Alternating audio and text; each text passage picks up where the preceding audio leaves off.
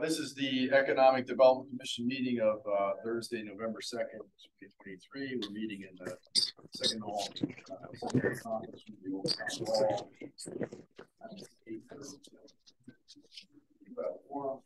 I'll turn things over to the Chair, Steve Rosado. Welcome. I'll call the meeting to order. Welcome to all our familiar faces, and thanks for joining. I guess just first order of business, just approve previous minutes. I'll second the motion to approve the minutes. All those in favor? Aye. And we can hear you nodding. So, motion passed.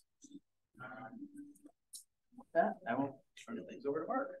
Yeah, I'll just provided a copy of the letter that the chairman had signed. It's been on behalf of the Economic Development Commission in your packet. Comments regarding the draft plan of conservation development, specifically as relates to economic development policies within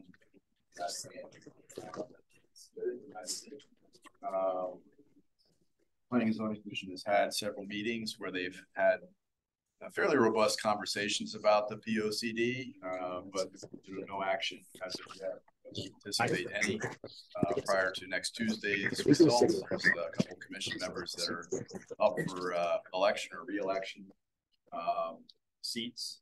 So I would anticipate hopefully the Planning and Zoning Commission will take this up at their meetings scheduled for November, December, and hopefully approve at some point POCD process of amending our zoning regulations, which sometimes do they have a limit when they have? I mean, a deadline? There isn't really a deadline, and we've been kind of reticent to. Yeah, there is a deadline, but if you look at it from the standpoint of when we officially last updated our POCD, which was a non-substantive, it was a technical update, non-substantive. It did incorporate some of the changes with regard to transit-oriented development from that TOD planning study. They did the first one, but that was in 2016. So communities have 10 years in which to update their POCDs. We would prefer that we do substantive update now, not wait for 26. Some commission members that have suggested, hey, what's the rush? But we've been doing this for 3 years. So, this planning process is fun for years. So I do think the land and plane, bigger issue is that our zoning regulations haven't been really reviewed and updated in some 3 decades. So they've been amended over time, obviously, but they haven't been looked at holistically. And there's a lot that we can do just to bring them up to modern standards and incorporate a lot of the kind of piecemeal changes that have been made over time to make it a lot easier to read and digest and for people to understand what is allowed and what is not allowed. So that zoning regulation rewrite is to follow this POCD update. And I think that's long overdue, obviously. And then if the commission wanted to enact some of the policies called for in the POCD, then there's a second phase of the zoning regulation that would take into those more substantive changes that are more policy driven. So it's been a long time coming. So hopefully we'll see it before the end of the year. And once they do that, does that reset the clock? It does. It does. So once we approve it, then you're good for another 10 years. The issue a couple of years ago, the state put in place some teeth, I guess, to force communities to go through this update to their master plans every 10 years. And basically it puts any discretionary grant funds at risk. So you have to make a certification at the time you apply for any competitive grants for the state that your POCD, your plan of conservation development is current and up to date. And if it's not, you're basically ineligible for those state grant dollars. So a good thing to keep in mind. And you know that the period of time it's going to have, you don't necessarily have to stand at 5 years that we around. But, yeah, why now? I mean, more importantly, it gives a clear direction to folks that want to invest, do development, improve their properties as to what what we're looking to accomplish as a community, where we want to see development occur and not occur. And, you know, for the most part, the plan of conservation development leaves untouched 95% of the community. It's really focused on a couple key areas, particularly around transit nodes, as we've been doing, but it largely brings into place a lot of the planning work that has been done by different groups and puts it all in one spot. So I think it's really very helpful as a blueprint for what we're trying to accomplish and who we want to be as a community.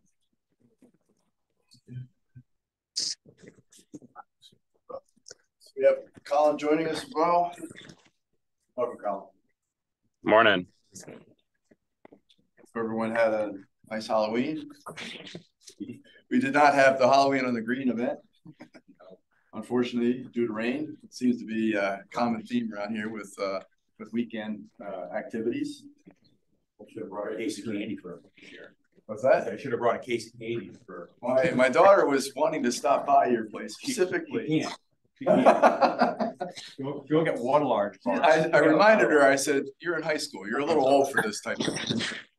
But anyway, with that said, for something thing we have on our agenda today is a conversation regarding the EDC project list, which I think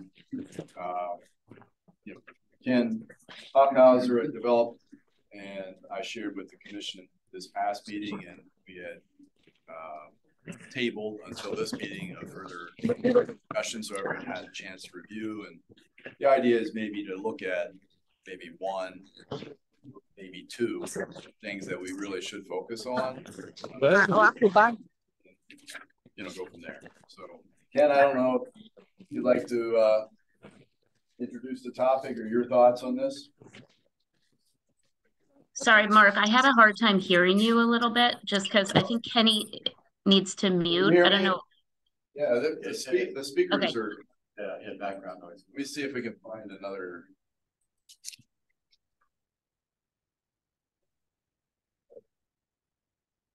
Does that sound better? Yeah, that's better. I think it was Kenny muted too. I think it was background noise, so it was like going in and out a little bit. Yeah, it's really still very light, and I'm not sure how to adjust. Let's see if it's a little bit. You're not muted. I want to let you know that I'm very disappointed in Fairfield University students not coming down to Woods End Road to do their like 8:30 third wave or fourth wave candy collection on Halloween. We missed them this year. They were out on Saturday night. Yes. Well, can everyone hear now? Yeah, that's better. You're very light here. It's coming. It must be coming through the TV, but yeah, and I there's apparently it's password protected, so I can't change. Interesting. it. So can you hear me at all? I can hear you. Yeah, we can hear you. It's just a little light. Okay. I'll talk loud. Kenny, can we hear you? You're on mute.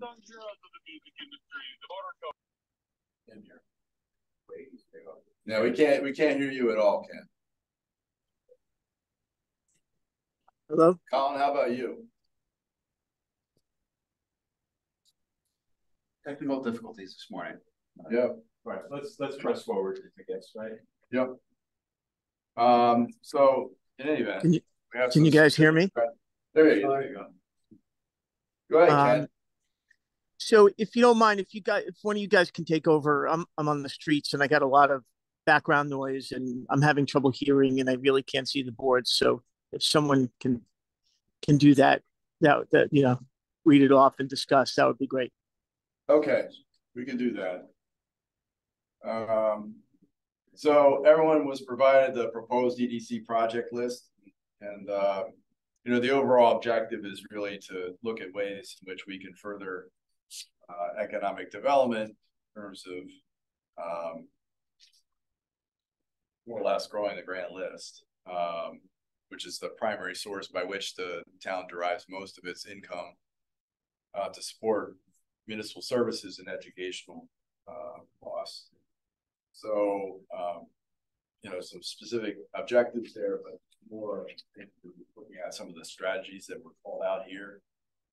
Some of which relate back to the zoning work we talked about. For example, looking at ways in which we could consider rezoning or upzoning parcels along commercial corridors that would allow for further commercial development. We certainly talked about that around Kings Highway in particular. There may be other opportunities as well. I mean, part of called out in our comments to the POCD was eliminating split zones would be helpful at the very least. Then there's looking at the Post Road retail corridor by, again, looking at some of our zoning regulations in terms of not just from an economic development perspective, further development, but also from a standpoint of beautification, also increasing connectivity and walkability, some of those improvements. Looking at the town's assets for opportunities that we could perhaps leverage them better, monetize those opportunities. Partnering with our 2 local universities in terms of developing further internship opportunities that we could further some of our goals. In fact, we had a meeting with our Downtown Merchants Association yesterday, and we specifically talked about whether or not there might be an opportunity to work with Fairfield U, some of the folks that are in the marketing department that might be able to help us, you know, enhance what Mary Alice is already doing, promoting some of our business districts and some of the retail opportunities there. So, you know, we have had internships in the past, maybe being a little bit more strategic and thoughtful in how we craft those opportunities and work with our 2 universities locally. Looking at, you know, the assets, specifically the town's downtown train station. I think that's what we're referring to. Maybe creating some kind of overlay district to spur development opportunities there. And then just, you know, how we market the town as a whole to increase our outreach to businesses that may want to relocate here and stimulate more demand. I mean, that was our approach with regard to Choose Fairfield, to try to, and then we did some targeted outreach to businesses in New York specifically. The idea was if we can get people to relocate here, bump up demand for office space, maybe that would spur folks to build new office. It's a very long strategy, and I think we're going to face significant headwinds. You know, the feedback we got from the businesses that we reached out to in New York was, thank you, but Fairfield's a little bit too far for us to think about. If we're going to relocate to Connecticut, we're going to consider communities that are a little closer in.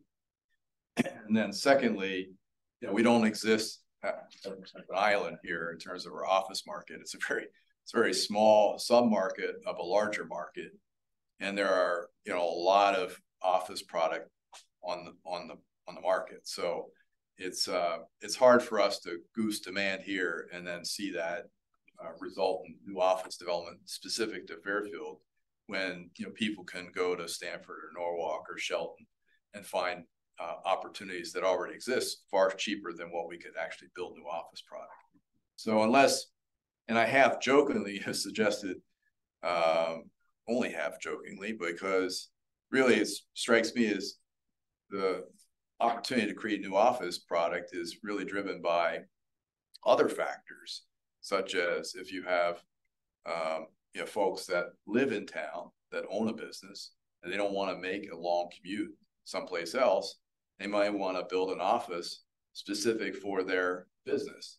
And so maybe our strategy should be focused on recruiting C-suite executives to Fairfield that might want to bring their business with them. And that seems to me have a little bit more potential, but seems again, like office space is such a risky thing at this point where, I mean, I keep reading it's probably another 1 to 2 years before there's like more significant mandates for workers to spend time in the office. And my company does it, and it's a 2-day a week, and they're actually recruiting for a marketing director at this point in Cleveland. But one of the rubs is they want to make sure 2 days a week, and they're already getting some, candidates they like, but they're like, well, I'm in Chicago, I'm not going to Cleveland, and like, right, I can't be in the office 2 days a week. So I mean, my point being, building more office space when that is just such an uncertain thing. Yeah, there's a lot of macro trends that we have no control over, not just in terms of the office and the inventory that's already in the marketplace elsewhere that's underutilized, but also trends like that, the whole work from home thing, which is certainly accelerated after COVID, and people are resisting going back to a full-time office environment. So you're seeing seeing users shrink their office needs further. They're working on a smaller footprint because they don't necessarily need all the office space that they had before. A lot of people are work remotely or in some hybrid format. So a lot of factors at play there. Those big leases are starting to turn over, and that's what you'll start to see. As people finding like, oh, I'll take half that space. I still like having the presence, but I'm going to take half the space. You read like Salesforce it has so much empty space in San Francisco, right, and places like Amazon. Right. Which leads me to thinking like leaning into sort of what the strengths are. I was reading like actually Bridgeport is trying to recruit a major league soccer team or a soccer team there, but they seem to like they're building another entertainment form. They're going to beef up the amphitheater, and we seem to do really well with restaurant and entertainment. And I don't know how well that translates into. I mean, we get our local restaurants doing well. It's not exactly bumping the grand list, but both Fairfield U and Sacred Heart continue to grow. So I think leaning more into Play to your strengths, right? What we're doing well. Yeah, from the ground up, we have Sacred Heart. I was talking about Sacred Heart Fairfield U, and I don't know what their business departments are like necessarily, both undergrad and grad, but when these kids come out of school, some of them are going to be entrepreneurial. And I mean, they're not all going to be looking for corporate jobs. Some of them are going to want to start their own thing or have an inclination. And it's like, maybe we should be looking more to target those kids coming out of school who might want to start something new. And here's a place where you're right here, start it here. Maybe they'll grow into something much larger and still stay here, or maybe not. Maybe eventually they'll grow larger and leave. But I think we've got that opportunity right here in front of us from those two universities, as opposed to trying to go, out there and bring people in. They're already here. We decidedly we need hotels. I mean, that's we are a perfect location to be able to, if we can get a big anchor hotel, especially if we could ever get it downtown. The downtown would go nuts. It would be incredible. If you think about that walkability, and there might be a location that, maybe it's the commuter parking lot, and that's, maybe it's something like that. Like a real court like a Hilton Garden Inn. You need something like mid-range, mid-range, but decidedly a little bit upper, not the lower. Yeah. We right now we have kind of, with the exception of Delamar, we have some, I'll call them B graded hotels. Either boutique or. So, but if we could land that, it would be incredible. It really would be. It would be explosive. I would even think just for Bridgeport becoming a bit more of a destination, because they're building that additional music venue there as well. Right. Well, then people might get come into the region to see that, but they'll make a point of coming here. When they're here, they're gonna have breakfast, they're gonna have lunch or dinner, or they're gonna do something else here. And that could be a year-round item going on because of the universities with their needs. And I will tell you that from my industry, people need a place to stay a lot. And I kind of, you can go to Norwalk, you can go to Stratford, you can go to Shelton. There's not, I certainly start with Circle, I start with Hi-Ho, and I start with Delamar. but it's like, it's not, you don't have that middle of the road. You have high end and, you know, okay. Hey guys, Matt here. Sorry. The Westport Inn used to be kind of like a step above what you're the Hi-Ho and Fairfield Motor Inn, but not quite the Delamar. I know it's being redeveloped. Isn't that gonna, you know, whatever we do, that I would think we'd be targeting kind of that same price point and level of niceness. It's way underserved, and honestly, the only upgrade that the Westport Inn was Westport cachet.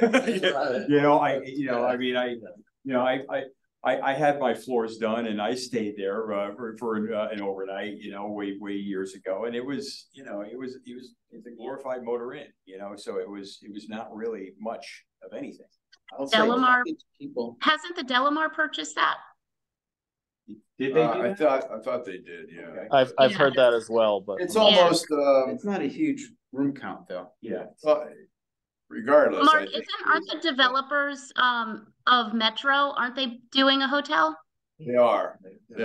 And I think obviously we don't want to do anything that would diminish their efforts to create a hotel there, but at the same time, our impression is that the market is underserved, and I know Ken and I have talked about doing a demand analysis beyond that to further substantiate the demand for hotel beds here. I do think it's important to have something that is connected with a major chain. That's been an issue for us with our local, not taking nothing away from the Circle and the Hi-Ho, but some people are traveling with credit cards that are linked to those, and they're looking to use those points, and so I think that would be appeal to a different type of traveler and need.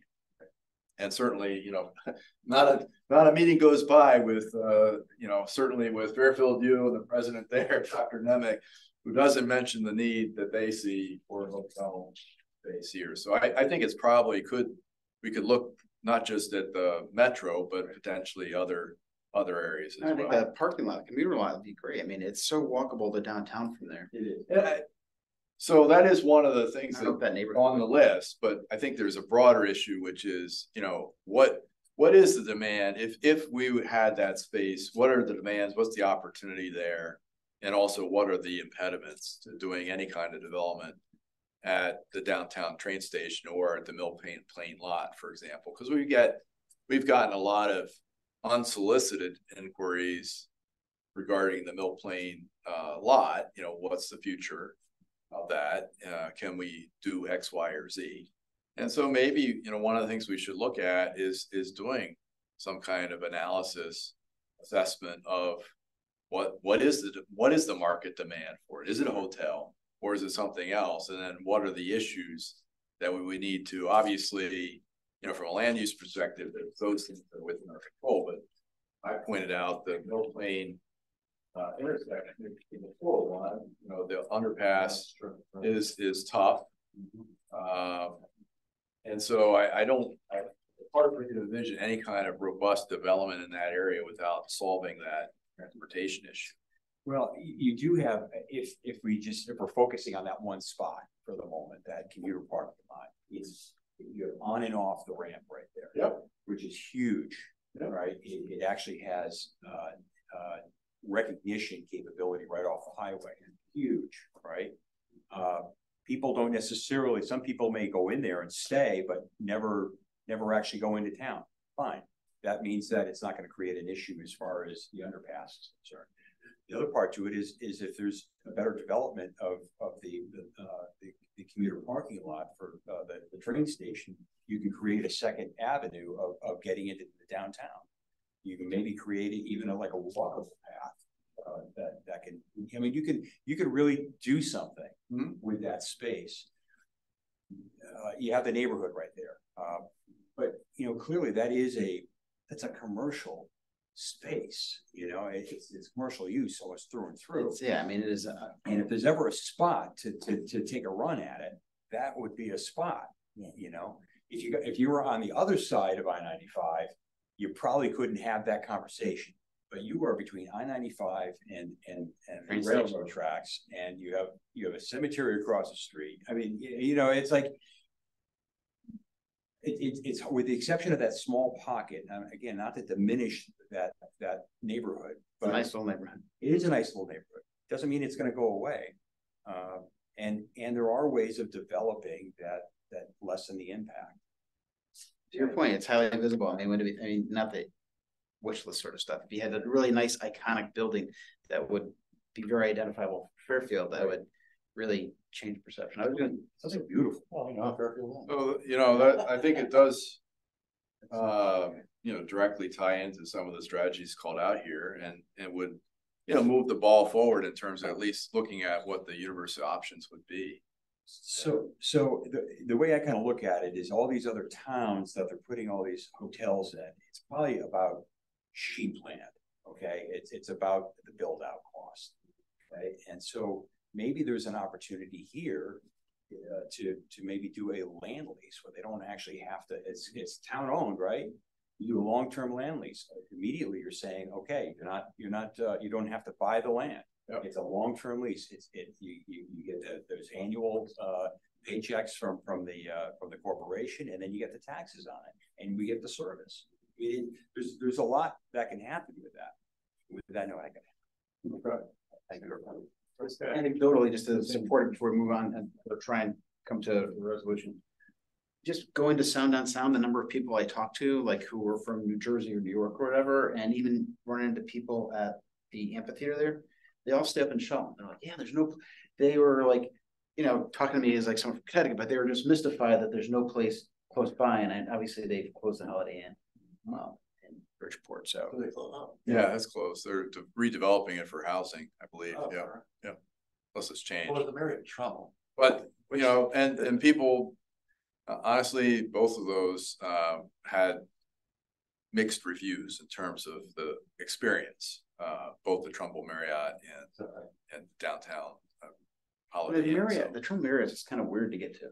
And I've heard a lot of feedback from folks that stay there. So it is okay at the moment because they're limited options. So people have to stay there because there aren't better choices. But you're suggesting, you know, we might create some better choices for people and capture some of that, you know, not taking nothing away from Shelton, but again, some of those where they're located, there's not much to do around it. 15 minutes away. And it's 15 minutes away, right? They don't walk from one place to another.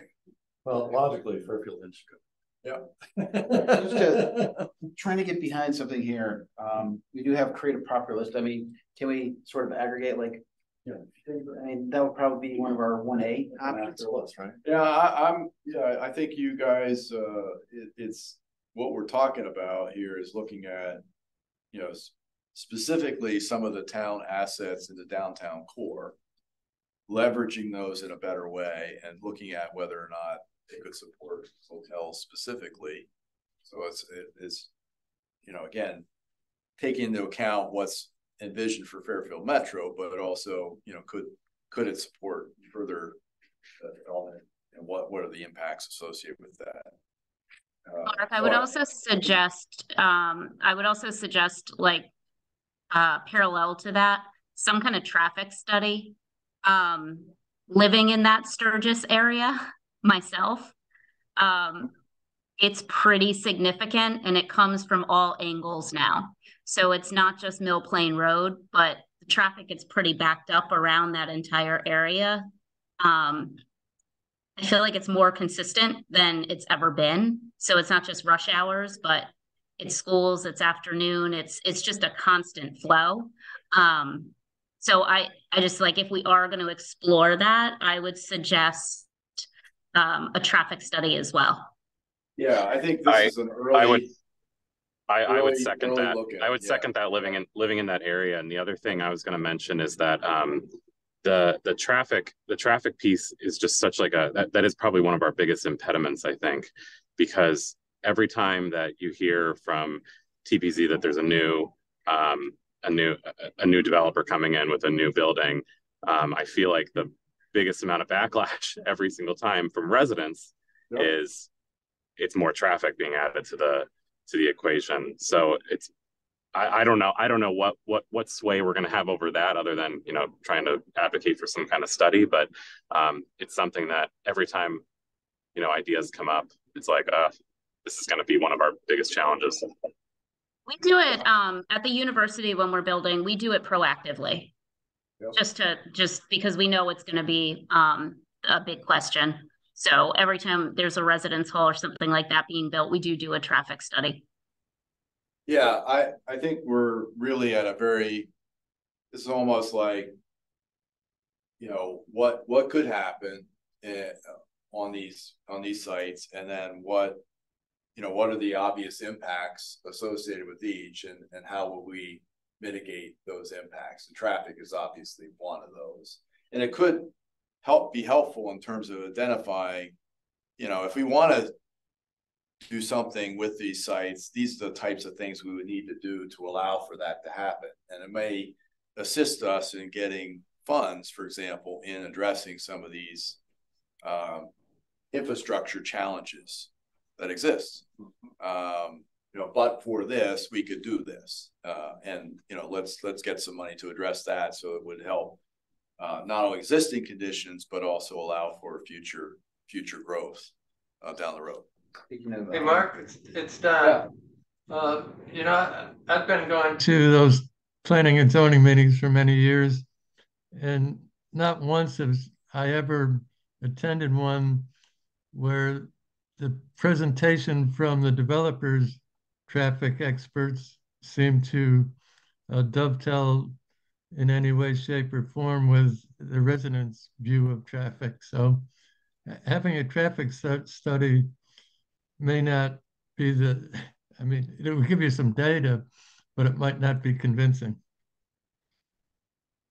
Yeah, I think you're always going to run into issues where people don't want to necessarily believe the data that they have. But I mean, before you can actually do a full-blown traffic study, you have to have a sense as to what you're thinking about. So I think part of it is to determine what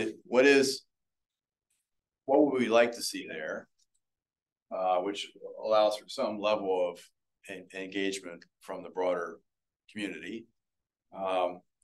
Is that feasible from a market standpoint? Is there support for that within the marketplace? And then, you know, with regard to each of those options, what are the associated impacts or challenges that we might face, and how could they be ameliorated? So part of that is traffic, and we'd have to take a look at it, but there could be, you know, sewer capacity issues, drainage issues, a whole host of other things.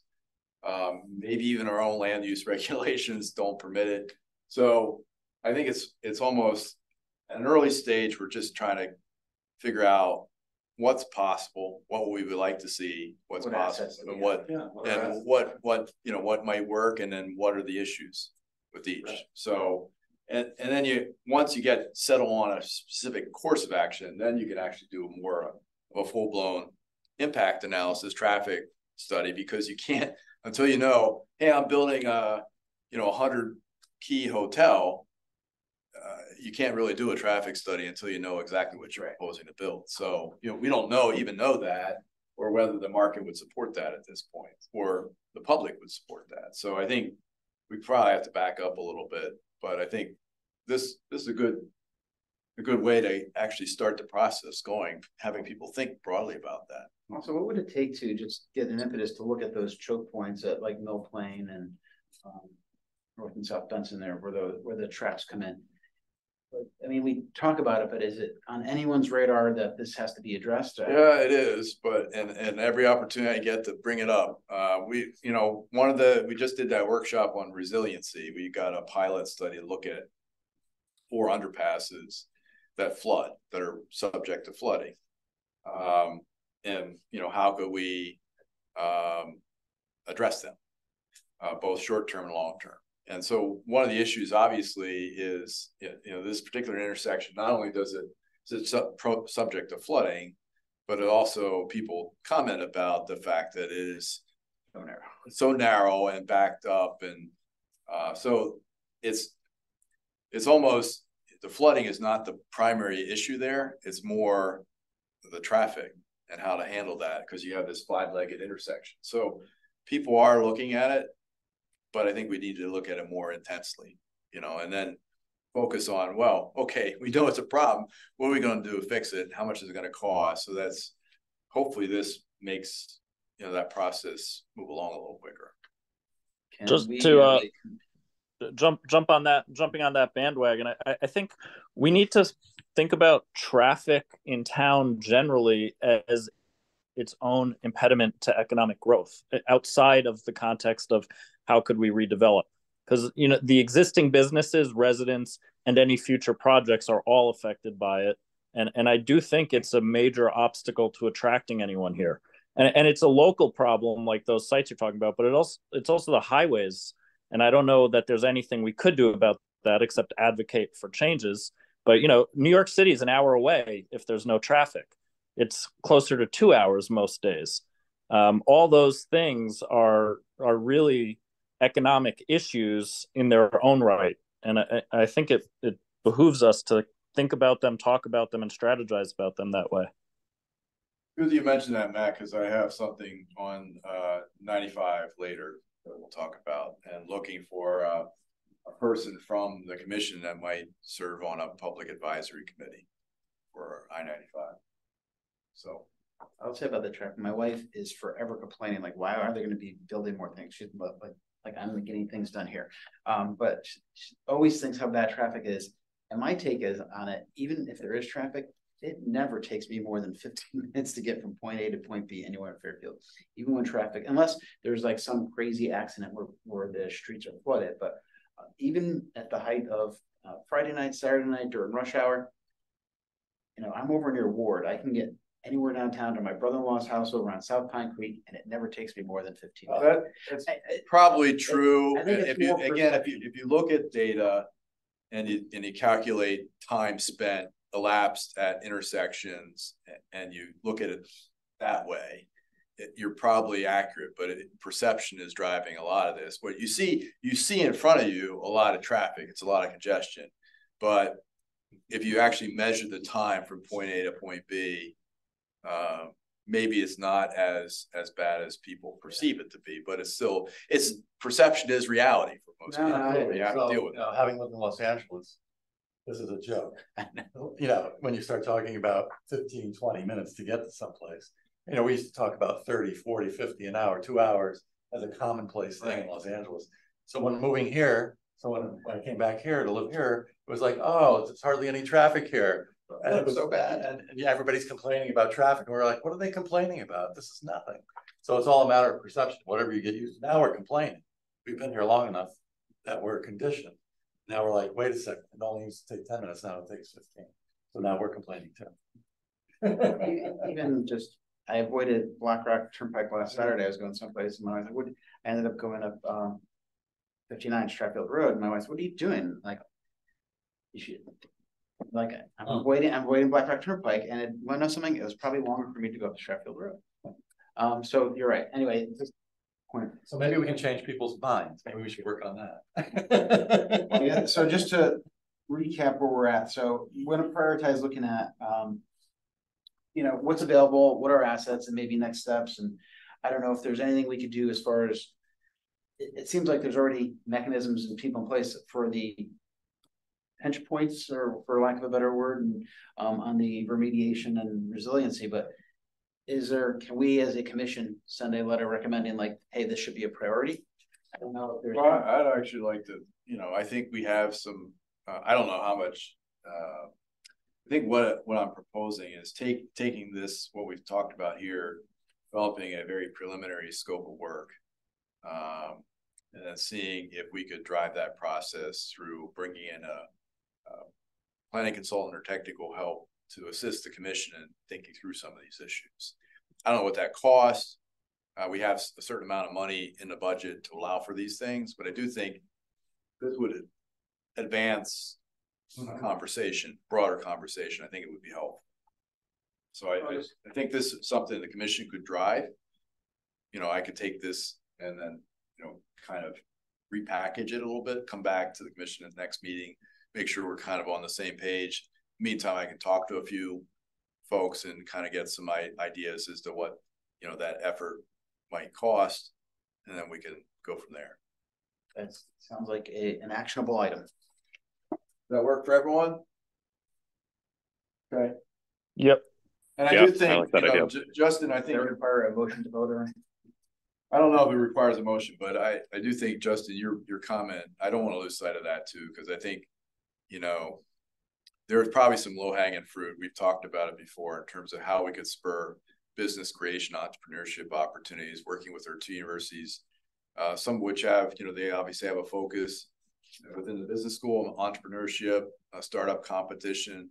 You know, can it just be simply trying to harness or pull together all the resources that exist and make that, you know, something that, you know, people can use, like startup, as Kansas City, other places do have a toolkit where it makes it a lot easier for people to establish, start a business, because we're providing it's not always about the money. It's about connecting people to resources, connecting people to the tools they need to, you know, to start a business. So maybe that's another area that we could focus on as well as I kind of want. That's what we talked about at our little get together. Yep. I don't remember if it was Matt or Colin suggested like we sort of like, whether it's like sort of a Shark Tank or trying to pull together a group of executives that are in Fairfield that would be available for consulting some of these folks. Yeah. It's like, you know, the accounting, legal, types like that. You have people that are ready to pitch in. You have like a negotiated, you know, fee structure, if you will, even, and you just make that readily available to folks. And it could be.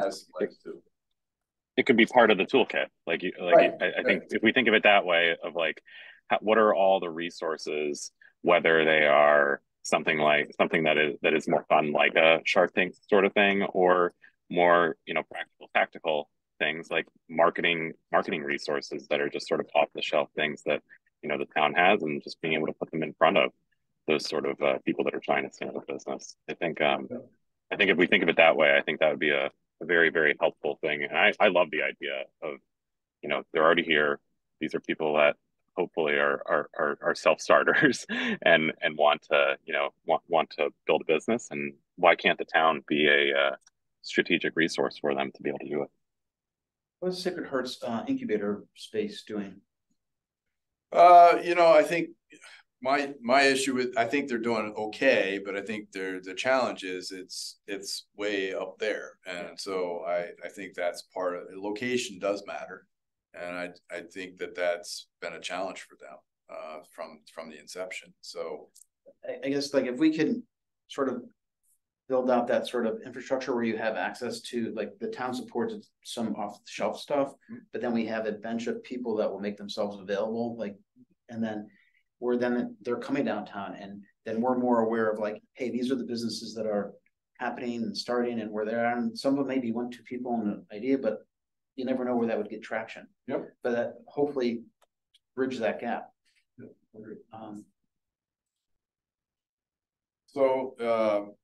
Ready to move on? Yeah, we're ready to move on. We're getting on time, right? Yeah, I want to be sensitive to folks' time. I think that was a very good presentation. There are a couple things I want to bring up on development sites that may be of interest to you. We've long talked about the redevelopment of the Xi battery site. Some of the, you know, we've talked about traffic related to proposed development proposals there. Want to let you know there's been a major development with regard to Exide, in that the owners have signed a long-term ground lease with Penske Automotive to relocate the Porsche dealership from Commerce Drive to the former Xi battery site. So that is, as I understand it, a done deal. They're proposing to, you know, build a new dealership at 2190 Post Road. Not the sexiest, most exciting thing in terms of, you know, I'm sure the dealership will be beautiful, state of the art. Certainly add a little bit to the town's grand list. It'll be surrounded by a parking lot with, you know, cars. So again, from that standpoint, maybe not the greatest visual as you know, gateway into the community, but this is the challenge that we face oftentimes. It's consistent with our current zoning in the site, in that we don't, you know, oftentimes we don't control these properties. So I'm sure they had a good deal, and certainly serves Penske's needs, and Porsche's wanted to maintain a presence here. We're hemmed in on Commerce Drive, wanted to meet their responsibilities as a dealership. Pretty big space there. Well, I guess it is, but you know, they got other dealerships around it. So again, that's the plan for Exide. Across the street at the former Hyundai dealership at 2269, there is a proposal to develop that site with a small building addition to facilitate a private membership club for cars. So we have 2 automotive uses on either side of the post road. Like you can, this is a popular thing, particularly in urban markets, but also increasingly in suburban areas as well, where you can store your vehicle along with other car aficionados, and you know, they have activities for people that are into cars. Like classic cars or any kind of car. I mean, I assume that if you're going to pay money to store your car, it's probably something that has some value. So probably not my Toyota Corolla that's going to be there, but you know, you never know. Maybe something vintage. So that is actually going to the commission soon, probably in the December, you know, timeframe. So January timeframe. So anyway, that's big news with regard to the future of those properties. Those are all developed. When you're coming from Southport, it's going to be like you're coming into Fairfield and it's all about cars. Yeah. Now the good news is from a traffic perspective, both of those uses are really low impact from a traffic perspective. So they certainly, I don't think that either one would add any appreciable volume or have any really adverse traffic impacts associated with each. But you know, it's so I just want to let folks know that's happening. What happened with the old course site there? Yeah, what's going on with that? So the other, just moving ahead, the one, and Matt touched on it briefly, but you know, some of our traffic related issues are the fact that the post road is a you know, serves as the relief valve for I-95, congestion on I-95. And that's not going to change. But DOT is undertaking what they call a PEL study. Don't ask me what the hell that means, but they're doing a study of I-95 from exit 19 in Southport up to exit 27A in Bridgeport. So this section of I-95, they're looking at ways in which they can improve conditions on I-95, both short and long term. And this study is essentially a combined planning study and looking at the environmental impact. So it combines every time you use federal or state dollars, you have to comply with SEPA or NEPA, National Environmental Policy Act, or the Connecticut version of that.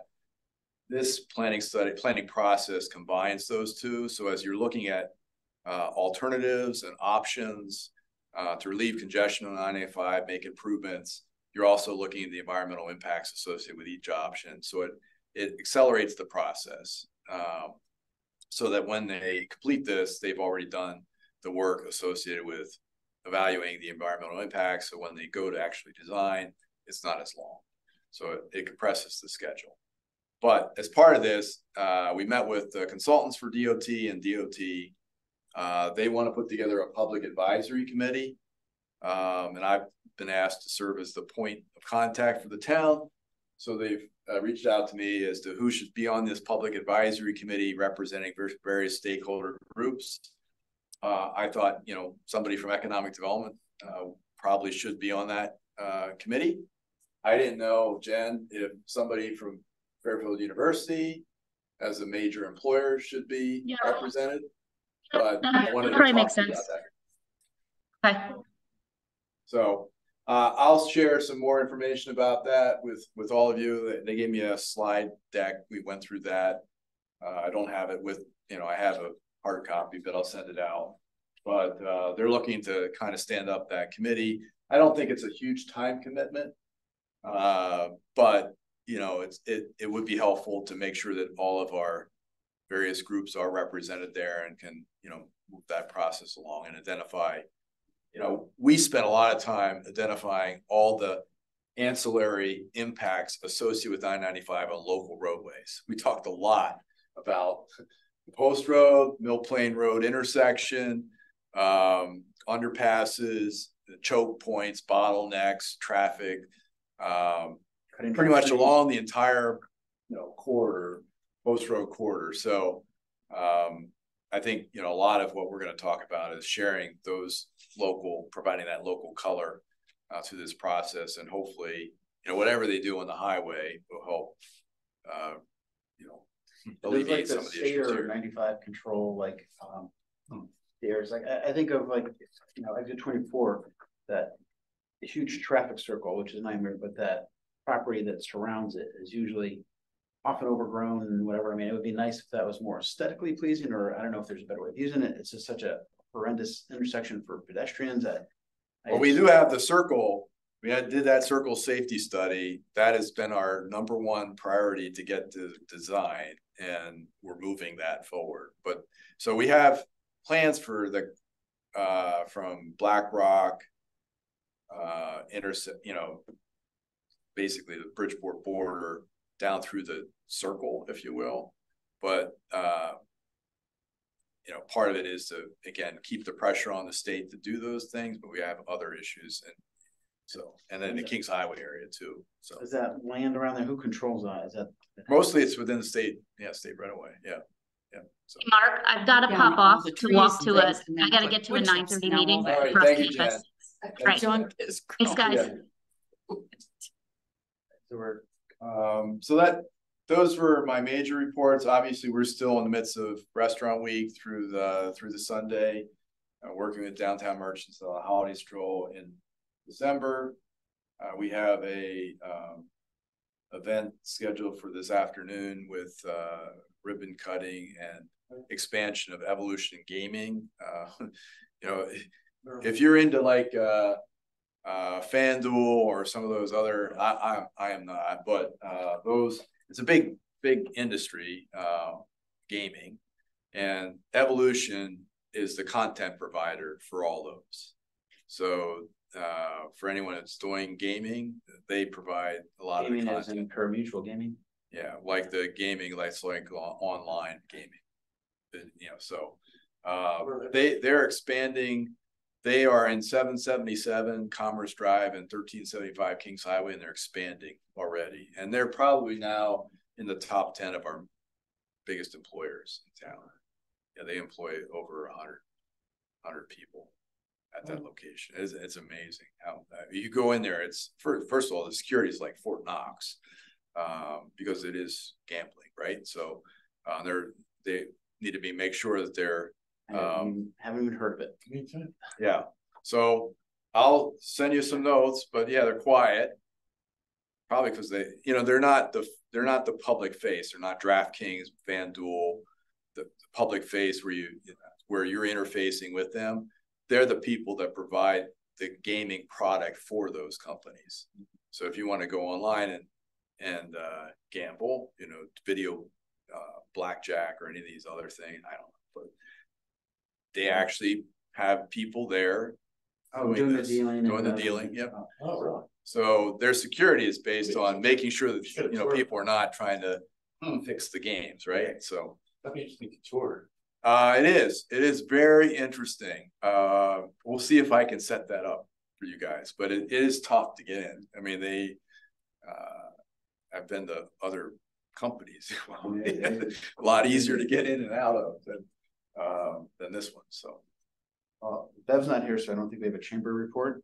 No, we're working with the chamber on all those things. She's away this week. They do have a if you have your electronics, you want to recycle them, they have an event, fundraiser this Saturday, I believe, on the 4th. You know where it is? I think it's a St. Pius, I think. Anyway, I'll send that out. Yeah. You're on the If you have like your old computers or TVs, they take all that stuff, electronic recycling. So I guess Staples was doing that for a while. any other question? I did bring the copy of our major award. I told all our staff we received the major award. Great, forgot to Mark Bragili. So I've gotten a lot of mileage out of it. I had a meeting with the planning and zoning chair because it is land use planning and economic development. So the planning director wanted me to share that with the planning and zoning commission, which I will, because his point is that, and it's true, a lot of people hold Fairfield in very high regard, generally from outside of Fairfield. People inside see all the warts and issues better. So but in any event, it is a bit of good news out there that we were recognized in that way. So, and well deserved and well earned. Is there any further news on Bob's or? So Bob's is definitely leased to Restoration Hardware Outlet. They're taking that space. Bob's is still casting about for a new home, as I understand it. There's nothing definitive, including the former Bed Bath and Beyond site. I talked to the property owner the other week, and nothing definite yet. So, but the Restoration Hardware Outlet is a definite for the former Bob's store at the center. How much space is there in the Stop and Shop Planet Fitness, that corner space? I think is unleased. I'm not sure. I think they might have a small piece in there, but it's not anything big. When Planet Fitness took that pretty much filled up that plaza. Now there are opportunities because to build outbuildings there, and there's Nutmeg Bowl has a lot of space. I don't know how heavily utilized that is. It's over parked again, like a lot of our bigger commercial plazas. So there is opportunities there. Just that Kings Highway Plaza is mostly empty too, though, like where the Salvation Army is, or not that. Yeah, and there too, it's kind of broken up. You'd have to push them together, and it's even if you add all those together, it's not big enough for a Bob's for sure. And they don't have parking to support that. That might be one where you could argue doesn't have enough parking. Illicit Brewery, they moving forward. Illicit is moving ahead. I think I would. I know they're pushing hard. They were back before planning and zoning for a sign package. I think, I've always said kind of end of the year. I know they would like to be in earlier. Chick-fil-A looks like they'll be in earlier. They got the signs up, parking lot paved. I would guess there. And I met with the local ownership group here, folks from Chick-fil-A. So I know they're looking in this month. Yeah. Seems like grand opening. Yeah. So motion to adjourn. Second. Right on time at 9:30. Yes. Right. Thank you all. Productive meeting. Yeah. Thanks, everyone.